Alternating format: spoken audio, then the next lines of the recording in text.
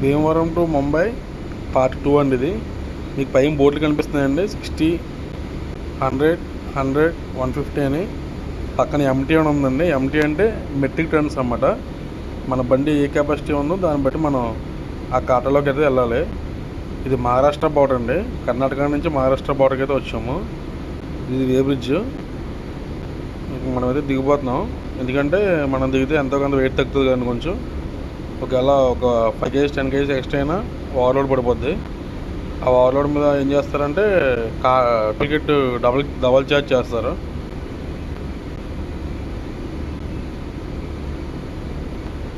ఆ బండి అయితే వెళ్ళిపోయింది. మన బండి అయితే పెడతాను. ఇప్పుడు కాటా ఎంత వస్తుందో చూద్దాము.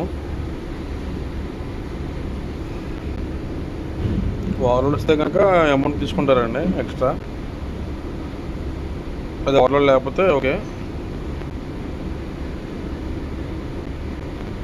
బాబాగారు అయితే కాటా పెట్టారు బండిని.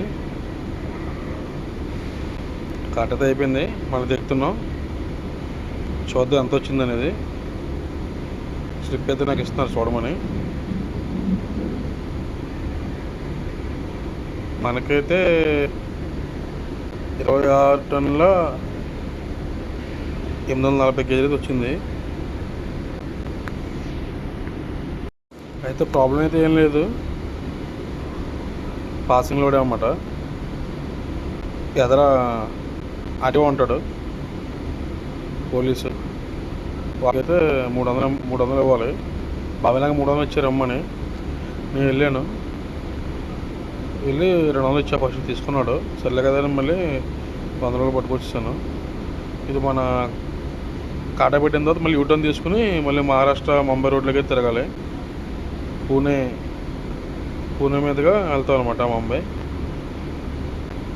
టోల్గేట్ దాటిన తర్వాత రైస్ అయితే వండుకుందామని చెప్పి ఆపాము. ఎందుకంటే హోటల్లోకి వెళ్ళి బండి పార్క్ చేసి వెళ్ళి ఆర్డర్ చెప్పి తినేటప్పటికి అదే టైం అవుతుంది. 15 to 20 minutesలో రైస్ అయితే కుక్ అయిపోద్ది కదా అని అయితే రైస్ అయితే పెట్టాము.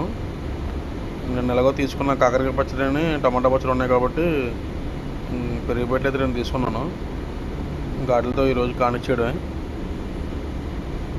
బాబా లేదు రైస్ పెట్టేశారు.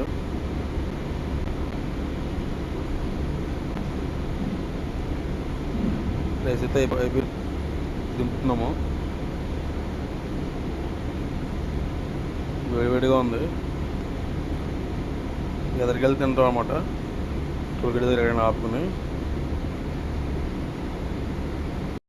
యాక్చువల్లీ చిన్న కొండ కనిపిస్తుంది కదా, ఆ కోట వెనకాల అయితే మన ఛత్రపతి శివాజీ మహారాజ్ గారి కోట అయితే ఉంటుందన్నమాట. మహారాష్ట్ర. ఇప్పుడు మనం రైట్ సైడ్ హైవే నుంచి వెళ్ళిపోతున్నాం. అదే లెఫ్ట్ సైడ్ ఊర్లో నుంచి వెళ్తే కనుక మీకు కోట పక్క నుంచి అయితే వెళ్తాం. మనమైతే కింద నుంచి వెళ్తాం. కోట అయితే పైన ఉంటుంది. సో మనకు అలా కుదరదు కాబట్టి ఇలా హైవే నుంచి వెళ్ళిపోతున్నాం. బాగా దూరంగా ఉంటుంది. మీకు చూపిద్దామన్నా అవ్వదు అనమాట. ఇంక ఎదరికి వచ్చి అయితే మహారాష్ట్రలో టికెట్ తక్కువ, 90 రూపాయలు. సరే అని చెప్పి 10 వేలు కొట్టించుకున్నాం. వచ్చేటప్పుడు అయితే మళ్ళీ ఫుల్ ట్యాంక్ చేయించుకుంటాం. 90 రూపాయల 59 పైసలు అయితే ఉంది మహారాష్ట్రలో డీజిల్ రేటు. 10 వేలు అయితే కొట్టించుకుని బయలుదేరిపోతాం. కొంచెం ఎదరికి వచ్చాక భోజనంకి అయితే ఆగాము. నేను తీసుకున్న కాకరకాయ పచ్చడి నాకు వద్దంటే బాబాయ్ గారు కొంచెం టేస్ట్ అయ్యి హెల్త్కి మంచిది అని చెప్పి కొంచెం వేశారు. బాబాయ్ అయితే గట్టి కొడుతున్నారు. టమాటా పచ్చడి కొంచెం వేసుకున్నాను. ఎందుకంటే మాకు కర్రీ వండుకోవడానికి టైం అయితే లేదు. మామూలుగా అయితే కర్రీ వండుకుంటాం. ఇప్పుడు టైం అయితే లేదు. మనం టైంకి అయితే అక్కడ పెట్టేయాలి. లేదంటే మళ్ళీ ప్రాబ్లం అవుతుంది పార్టీతో. ఇలా ఒకసారి కుదరినప్పుడు అయితే అడ్జస్ట్ అవ్వాలన్నమాట. లారీలో ఎప్పుడు ఎలా ఉంటుందో తెలియదు. అయితే చికెన్ బిర్యానీ తింటాం, లేదంటే గంజానం తింటాం. టమాటా పచ్చడి అయితే బాగుంది. నువ్వు ఆపిన పక్కనే డాంకీస్ ఉన్నాయి. ఎవరో పెంచుకుంటున్నారన్నమాట. అవి వాళ్ళకి తాడు కట్టేసి ఉంది.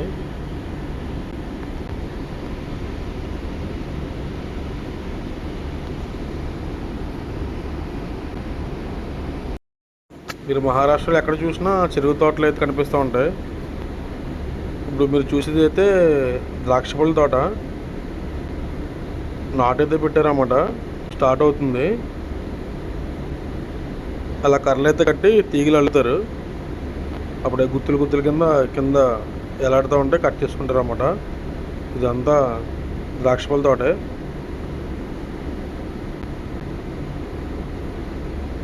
ఇలా మహారాష్ట్రలో ప్రతి ఇంటి దగ్గర అయితే షుగర్ కేన్ పండిస్తూ ఉంటారు. సేమ్ మన ఏరియాలో ప్యాడీ ఎలా అయితే పండిస్తారో ధాన్యం, సేమ్ అలాగే వీళ్ళు చెరుకు ఎక్కువ పండిస్తూ ఉంటారు అన్నమాట. అదే ఇల్లు దగ్గర మీకు కనిపించేదంతా చెరుకే. ఇదో ట్రాక్టర్కి 2 ట్రాలీ కట్టిన అయితే తీసుకెళ్తున్నాడు అతను. రైలు అయితే నేను సరిగ్గా చూడలేదు. ఇది మొత్తం కనిపించేదంతా మీకు చెరుకు తోట. ఇప్పుడు కనిపించేదేమో మీకు ద్రాక్ష అయిపోయిందనమాట, కోతకు వచ్చింది. అంతా కూడా ద్రాక్ష తోటే.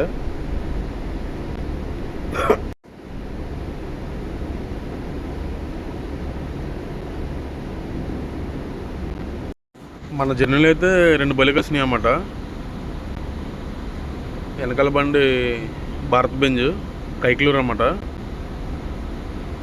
ఎదరేమో లైలాండ్ 12 టైరు, అదేమో గుడివాడది. ఇంకా ఒకసారి కలిస్తే ఇంకా మనం కదా, కలిసి వెళ్తాం. ఆగడం, టీ తాగడం. ఇంకా వాళ్ళ అల్లండుకు పడిన అయితే వేరు అనమాట, మంది వేరు.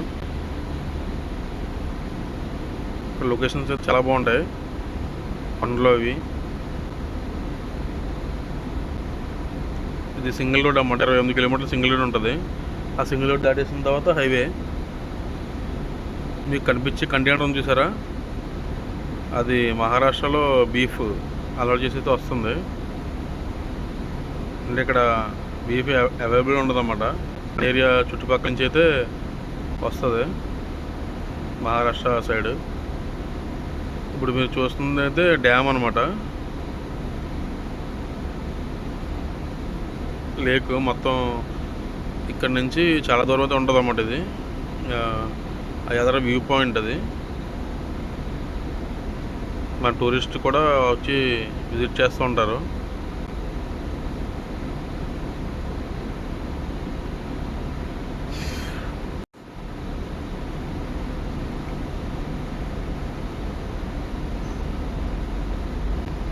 ఇప్పుడు సింగిల్ రోడ్ దాటేసి హైవే కింద అయితే బల్లి ఆపామన్నమాట టీ తాగుదామని. పావుబాజీ అయితే చెప్పాము ఆర్డర్.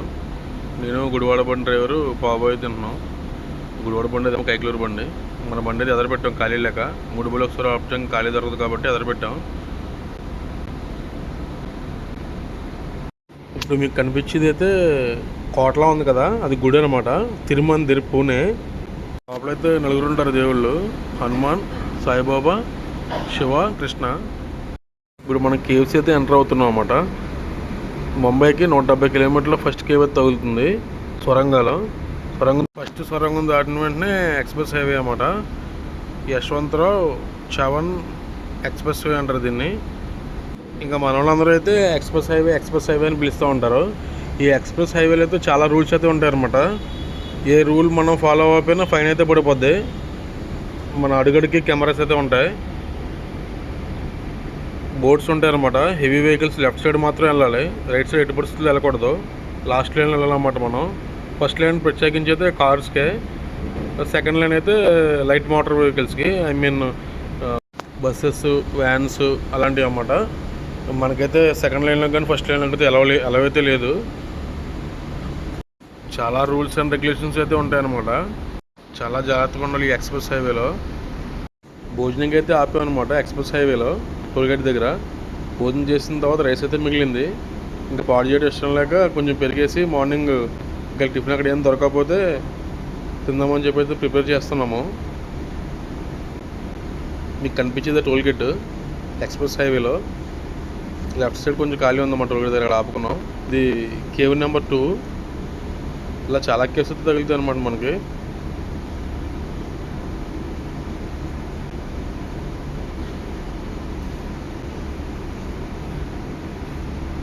కేవ్స్లో ఆపొద్దని చెప్పి అక్కడ బోర్డు ఉంటుంది. ఎట్టి పరిస్థితుల్లో కేవ్స్లో ఆపకూడదు. కేవ్స్ లోపల కూడా సీసీ కెమెరాస్ ఉంటాయి.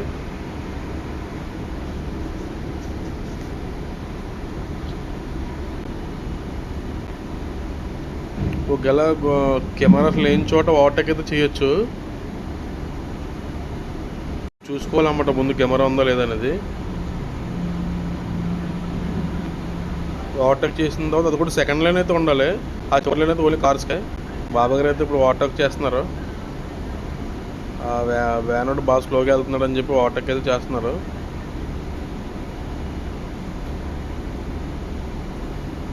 మళ్ళీ మన ఓవర్టేక్ చేసిన వెంటనే మన మన పొజిషన్కి అయితే మనం వచ్చేయాలి లాస్ట్ లైన్లోకి. అంటే ఏ మూలలో కెమెరా తెలియదు. ఇది కేవ్ నెంబర్ 3 అనమాట. ప్రతి కేవ్ కొంచెం డిస్టెన్స్ అయితే ఉంటుంది. ఒక 20 కిలోమీటర్స్ అని, 30 కిలోమీటర్స్ అని, 15 కిలోమీటర్స్. 80 స్పీడ్ లిమిట్ అనమాట. 80 స్పీడ్లో ఉండాలి. అలా 1 కిలోమీటర్ 81 స్పీడ్లో ఉన్నా సరే కెమెరా అయితే ఫోటో కొట్టేసి పంపేస్తుంది. 2000 నుంచి 4000 మధ్యలో పడుతుంది అన్నమాట కేసు. సో చాలా జాగ్రత్తగా ఉండాలి ఈ రోడ్డు మాత్రమే, ఎక్స్ప్రెస్ హైవేలో. ఇది కేవ్ నెంబర్ 4. అంటే కొండ పాల్గొడకుండా కొండ కింద నుంచి గృహ అన్నమాట. ఇది సొరంగం.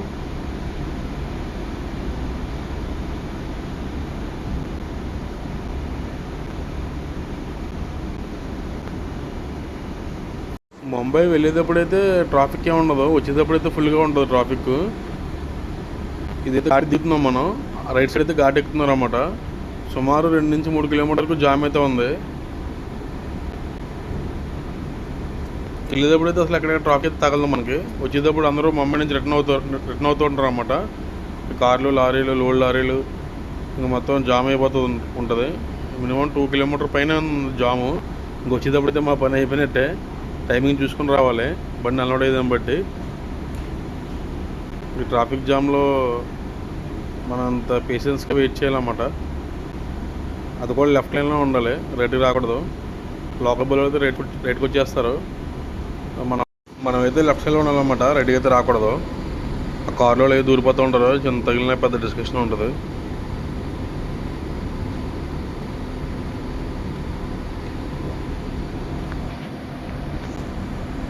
ఇప్పుడు మనం ఎంటర్ అవుతుంది అయితే కేవ్ నెంబర్ 5 అండి. ఇది ఇప్పుడు మనం చూసిన 4 కేవ్స్లో కన్నా ఇది కొంచెం లైటింగ్ బాగుంది, డిఫరెంట్గా ఉంది ఇది వాటితో పోలిస్తే. అదేమో సెంటర్ లైటింగ్ వచ్చింది, ఇదేమో లెఫ్ట్ సైడ్ రైట్ సైడ్ ఇచ్చాడు లైటింగ్. చూడటానికి చాలా బాగుంది.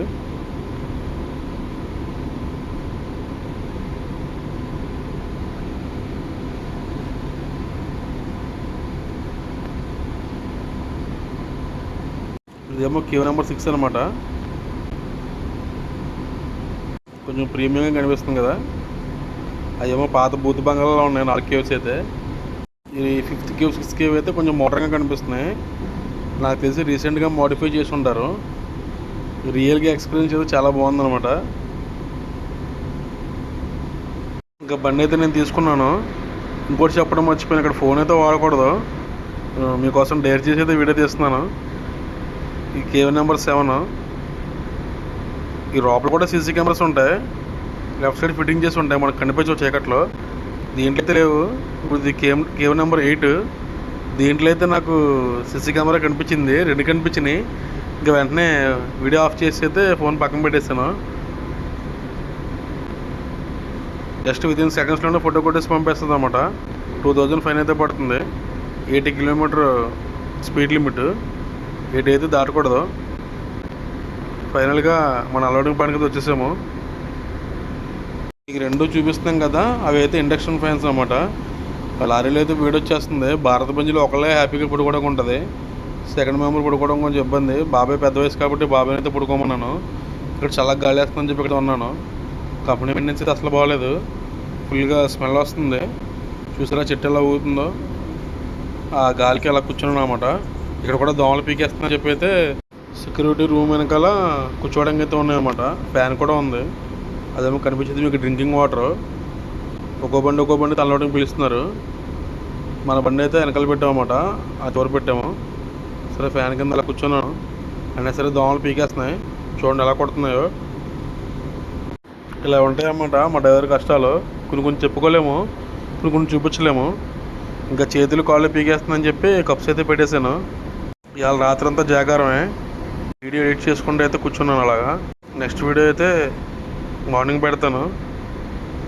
Please like, share, subscribe.